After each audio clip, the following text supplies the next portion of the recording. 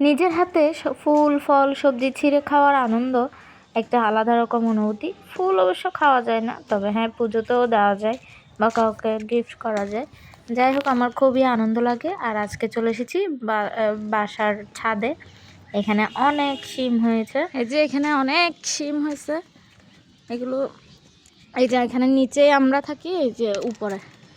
আর আমাদের জমিদার বলছে এগুলো খেতে, কিন্তু শিমগুলো তেমন টেস্টি না। কিন্তু লাল শিম ঘরে অল্প আছে, ভাবলাম একটু ইলিশ শুটকি দিয়ে খাই কটা শিম, এই জন্য পাড়তে চলে আসছি।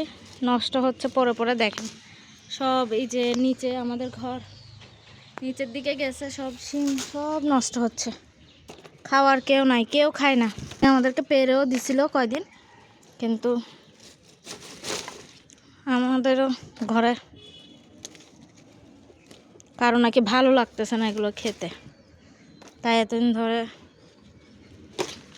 অনেকগুলো ফেলা গেছে। খারাপও লাগে, এতগুলো জিনিস পেকে পেকে নষ্ট হচ্ছে, কেউ খাচ্ছে না, দেখে আমার ভালো লাগে না। এই দিকটাতেও অনেক শিম, এই যে ওইটা ওই সাইডে ছিল আর এটা এই সাইডে।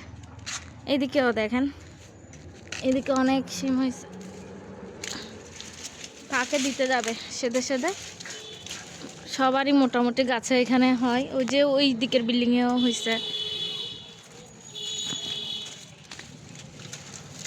এখান থেকে কয়টা নিই, এক একটা টাইপের। এই যে এটা এক ধরনের, এটা এক ধরনের লাল শিম আছে, ওগুলো আমি নেওয়া সম্ভব না, কারণ ওগুলো এই যে এদিকটাই যে শিমটা, একই গাছে এত রকমের শিম হলো। এই যে এদিকটাই যে শিমটা, এটা এই যে এটা বেগুনি কালার, এটা খুব ভালো জাতটা। ওগুলা ফুলটাও দেখতে পাবেন নীল। আর এই যে সাদা ফুল যেগুলো শিমের, এগুলো খেতে একদম ভালো না, তারপরও খাওয়ার জিনিস তো খাওয়া যাবে, অখাদ্য তো না। সবাই যেভাবে একদম নাক ছিটকই, ওরকম কিছু না, তাই কটা নিয়ে যাচ্ছি, খেয়ে দেখি। একদিন খেলাম,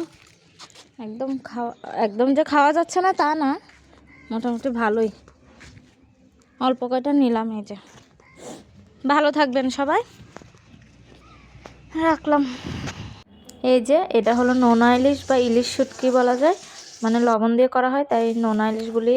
আর এভাবে রসুনটাকে থেতলে একটু বড় বড় করে রেখে রান্না করলে ভালো লাগে। এই যে গোটা গোটা শিম রেখেছি, এগুলোকে এই যে পোকা নেই, ভালো করে বেছে ধুয়ে নিয়েছি। খুব ভালোই খেতে হয়েছে। আপনাদের কেমন লাগলো জানাবেন। শুভ দুপুর, ভালো থাকবেন সবাই। এই যে এভাবে ভাজা ভাজা করে দিই।